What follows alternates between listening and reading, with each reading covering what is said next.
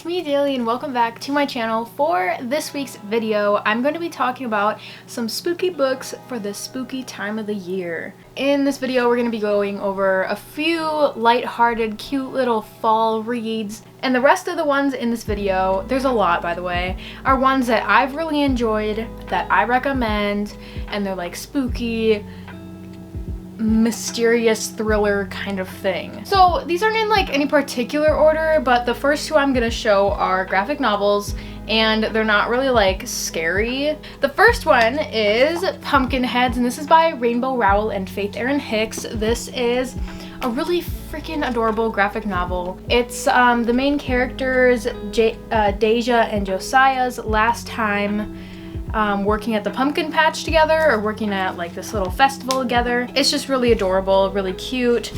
As you can see, it's definitely fall themed. Along the course of the book, Deja is trying to help Josiah talk to his crush, I believe. I just found it so cute, and I cannot wait to reread this, hopefully this October. Also, I forgot to mention that any of the books in this video are only ones that I've read. The next one that is super like fun and cozy and cute, kind of October-ish book, and that is Sheets by Brenna Thumler.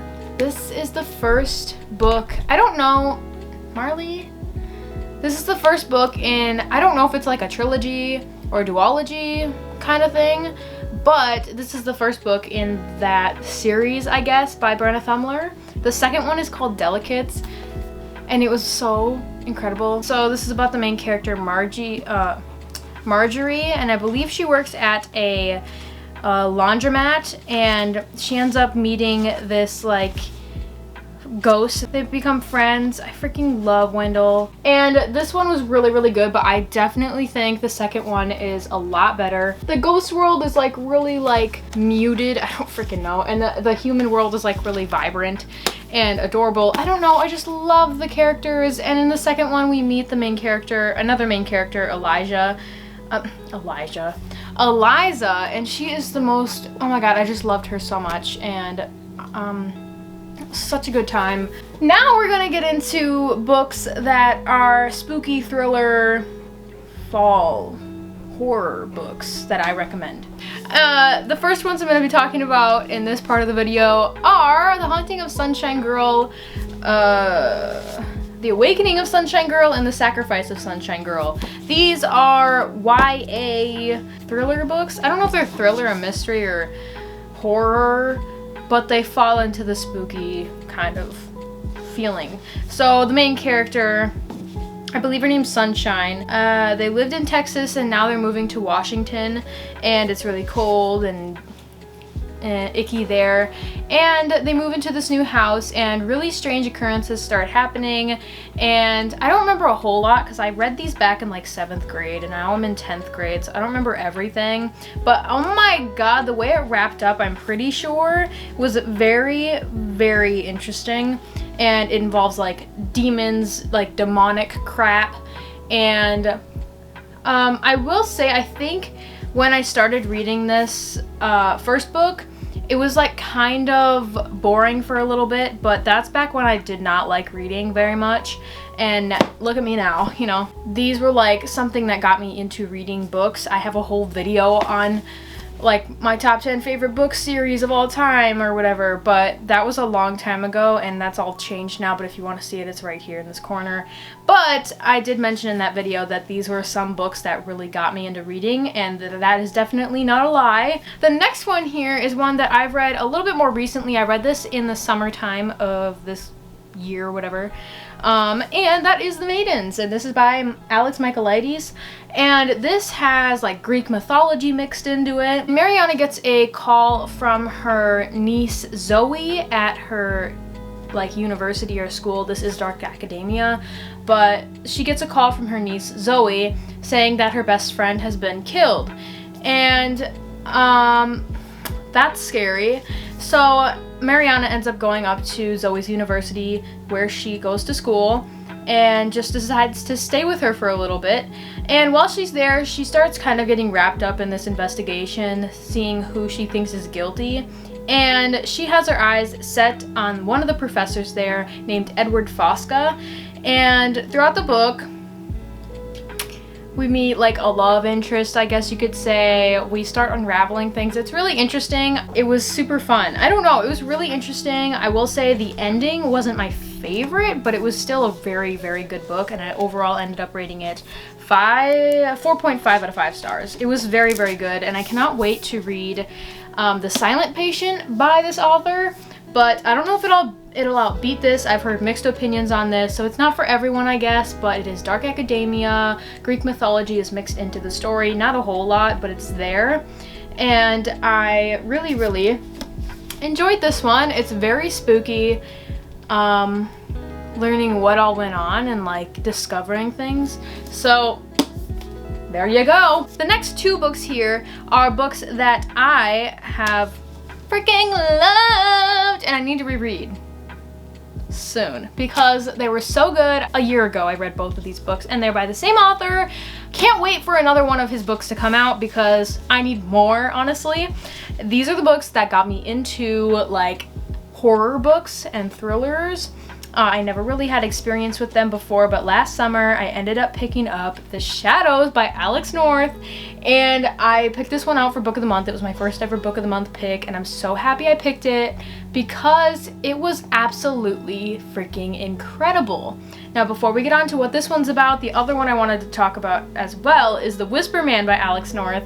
This one was also really freaking great. So last summer I ended up picking up The Shadows, and this involves lucid dreaming. Paul Adams, our main character, has to return to his hometown called Featherbank because his mother has fallen down the stairs. She has dementia. She is now in like hospice, I believe, something along those lines, and he has to watch the house for her. The reason he doesn't really want to be there is because he has kind of a weird, creepy, bad past in this town, and that is because his friend Charlie Crabtree ended up committing a really bad murder, and there have been a lot of copycat murders because of that. And it's like so spooky because once he gets to the house, really freaky things start happening, and it's really great. I will say when I first started the book, because I was not used to anything like this, it was like back last summer and I was starting to really love reading back then, and I flew through this within like 3 days, which is so good for me. And especially for Book of the Month. Book of the Month books take me forever to get through. I don't know why, but they just do. Maybe it's because they're taller.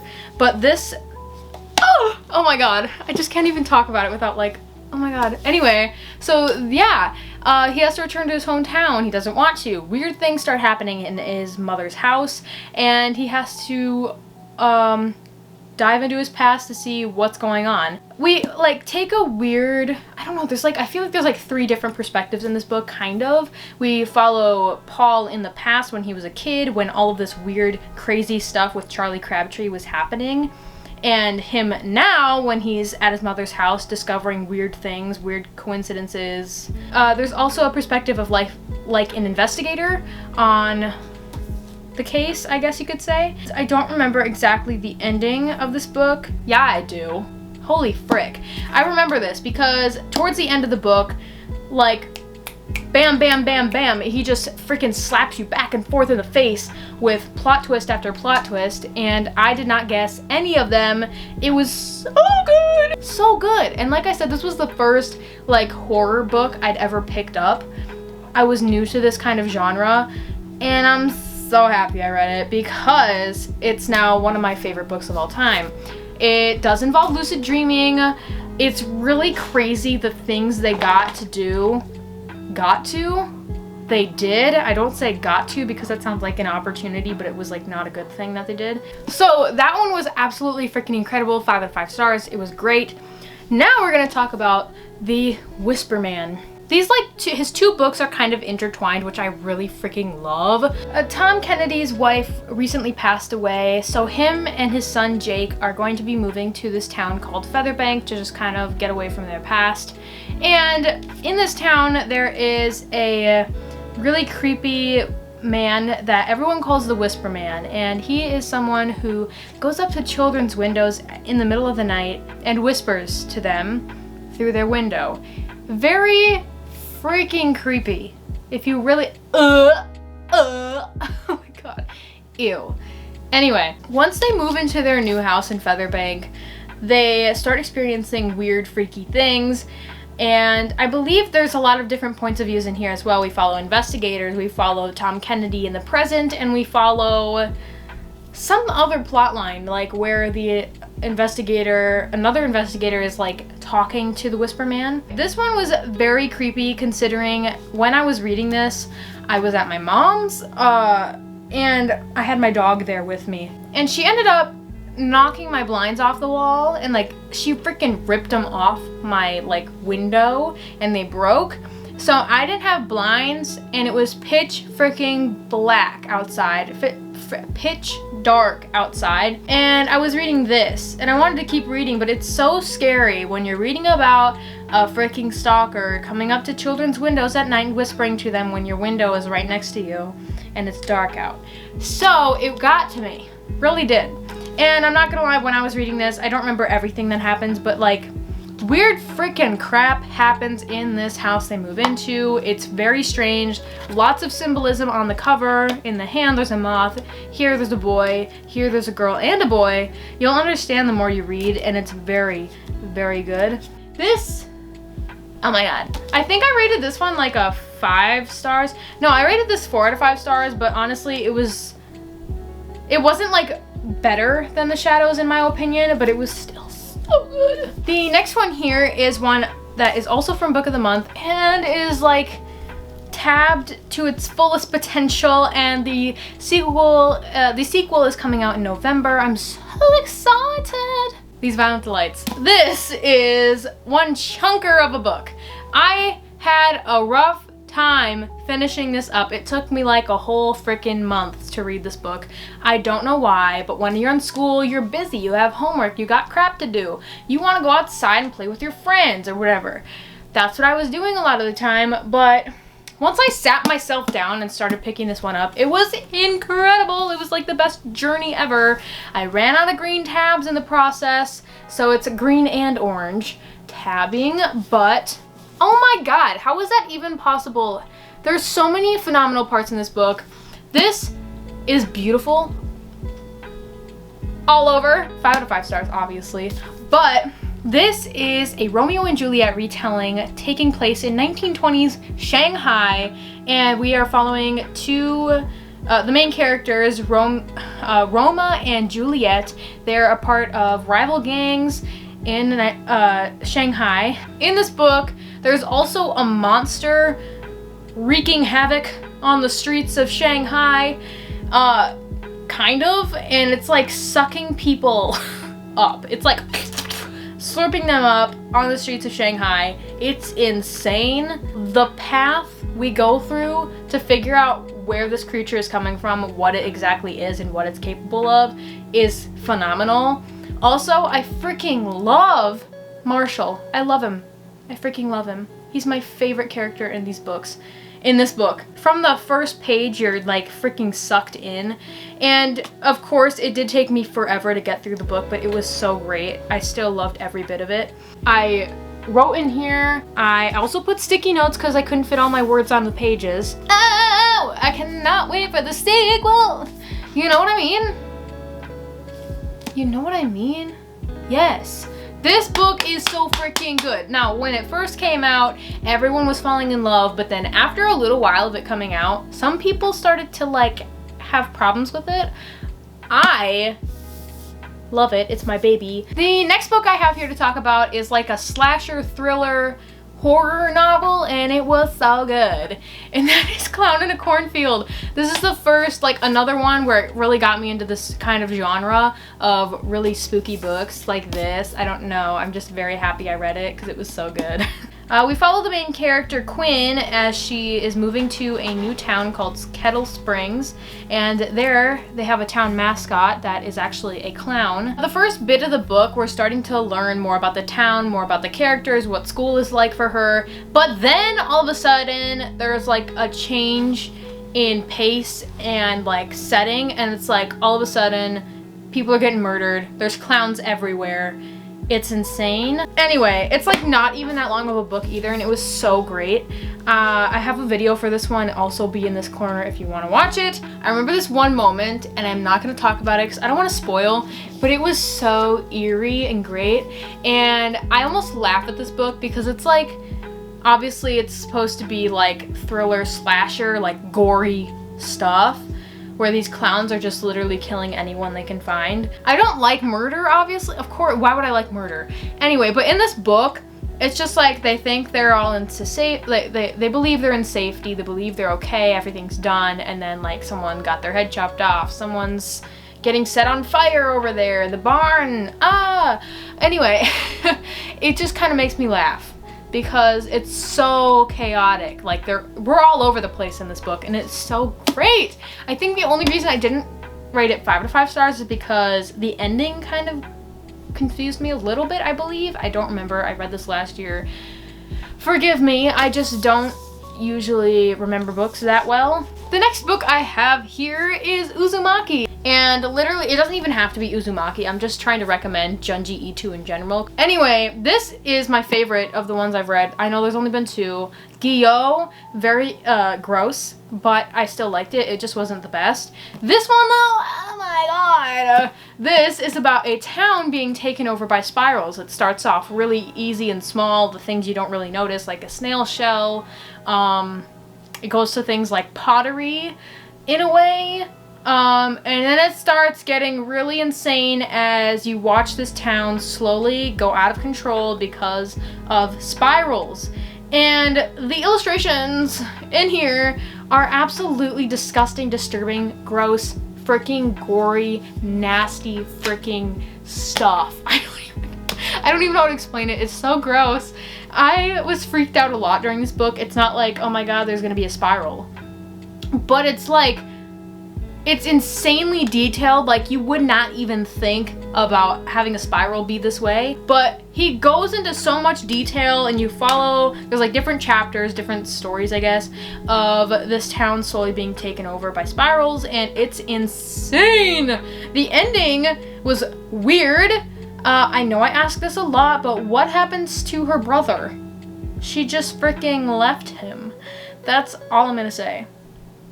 It's insane. I absolutely love this, and I cannot wait to reread it in the future, but I'm gonna try and pick up Tomie this October and see how that goes. I don't think any of his books will ever outdo this one. It's great. It's honestly incredible. So go get this right now. The next book I want to talk about here is a thriller, and this is a YA thriller. I ended up picking this one up last school year, towards the end of the school year. It was like April, and that is Firekeepers Daughter. I found this at Walmart. Oh my lord. I thought it was a fantasy, but obviously it's not. It's a thriller. Oh god, I cannot ever get over this cover. It's just the most beautiful cover I've ever seen, I swear. I don't even want to explain it. I just want you to read it, okay? I feel like I shouldn't be talking anymore. I feel like I've talked a lot in this video. So this is incredible. This is a thriller. Freaking loved it. I read this in Hawaii on the beach. I was living my best life until I got my legs terribly sunburned and I could barely walk for like a week and a half. But I don't know why I didn't put on sunscreen. I just didn't want to get my book greasy because I was like, I'm already reading on the beach. There's already gonna be sand particles in here or whatever. So I thought, I don't want to do that to myself. I want to keep this book in very good condition, and that's what I did. I think it was worth the sacrifice. This is incredible. Very great thriller. The love interest, oh my lord. I'm pretty sure his name is Jamie. Yeah, he is. Yes. Hey, Jamie. Anyway, this book is so good. I don't even need to explain it. Just go read it, honestly. I freaking loved it. It did take me a while. It took me like a week or 2. But I think I don't mind it taking that long if it's like this size. I know this doesn't seem big, but it like feels big. And it's like taller. It was actually very good. It's not like horror or Halloween, it's thriller. It's like you're solving a murder mystery. A lot of meth in states like with Wisconsin and stuff like that, in Minnesota. And very interesting. The next book here is a middle grade, and that of course is Coraline. You can't make a spooky book video if you're not talking about Coraline, especially if it's a middle grade video. This is obviously by Neil Gaiman. I'm sure everyone knows what Coraline is about, but if you don't know, Coraline, the main character, is moving to this new house, into a new apartment called the Pink Palace, and there's a tiny little door that is all bricked up, but at night, I'm pretty sure, the door opens and there's like a tunnel leading to this other part of the house, and there she meets her other mother, and she's led to believe that her other mother is there to take care of her, but soon she realizes that that is definitely not the case. I listened to the audiobook for this. I read this back in like 3rd grade. Long time ago. When you're little, this stuff really freaks you out, you know? And this didn't really freak me out this time around, but I'm still happy I have it and that I've read it again. It's very creepy. I like the movie more than the book, honestly. It did really freak me out when I was younger, so if you are squeamish and if you get freaked out extremely easily, that would be a good one. If you're like little too and you like reading middle grade, or just in general, I'm pretty sure many people have read that book already, so it's not like I really need to go into depth about it, but it's pretty good. The next 2 books here are part of a trilogy, and the reason I'm not talking about all 3 of the books in the trilogy is because I haven't read the 3rd one yet, but that is Small Spaces and Dead Voices. This is a so far, very good trilogy. I have yet to read Dark Waters, which is right here. I'm not gonna pull it out. I have read the 1st and 2nd book in this trilogy, and the first one is about a class of students, and we're following the main characters, Ollie, Coco, and Ryan, as they and their classmates go on a field trip to this like farm, and there's a lot of scarecrows there. They're just learning about the farm and how it works, and it starts to get really foggy out, I'm pretty sure, and their classmates have to return back to the bus, and their class starts to go missing. And Ollie, Coco, and Brian are the only ones that weren't in the bus when they disappeared. So they are the only ones who can save their classmates from turning into scarecrows. It's not the scariest concept, but if you like middle grade, or if you're young and you're not ready for YA or adult yet or whatever, this is very spooky. I wish I would have read this when I was younger, because I definitely would have freaked out a little bit more. The second one, on the other hand,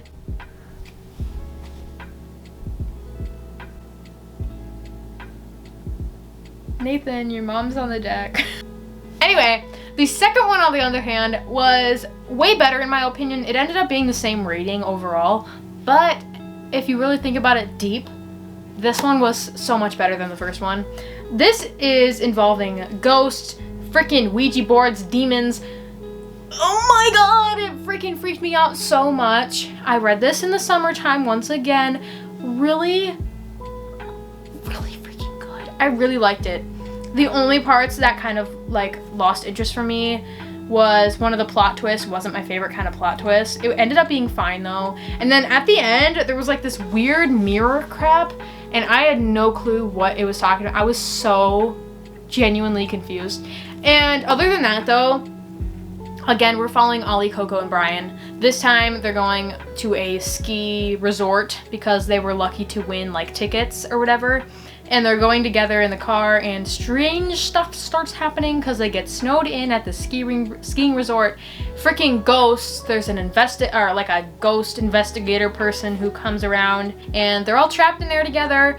And it is actually very eerie, because when you the way I pictured the ghost characters freaked me out so much. So this is my favorite, very much favorite of the 2 I've read so far, and I'm assuming it'll be the favorite of the trilogy once I finish the 3rd book. The 3rd one is like a Loch Ness Monster kind of book. Same characters. This time we're following a little bit more of Brian's perspective, whereas in the first 2 we were following Ollie and Coco. And, Loch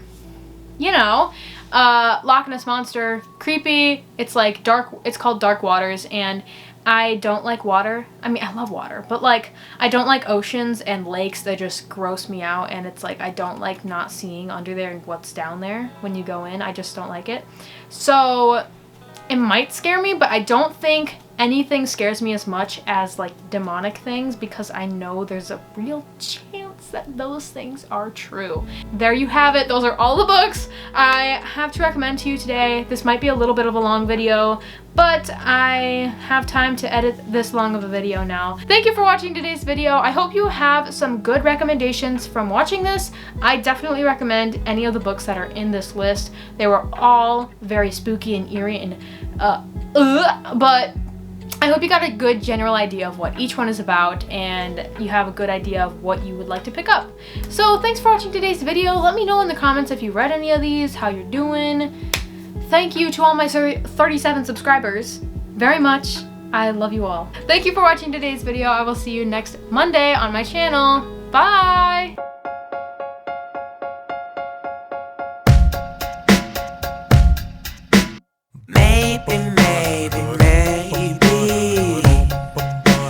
Maybe I wish you were mine, girl. And maybe I wish you took time, girl, to see just what you've done to me.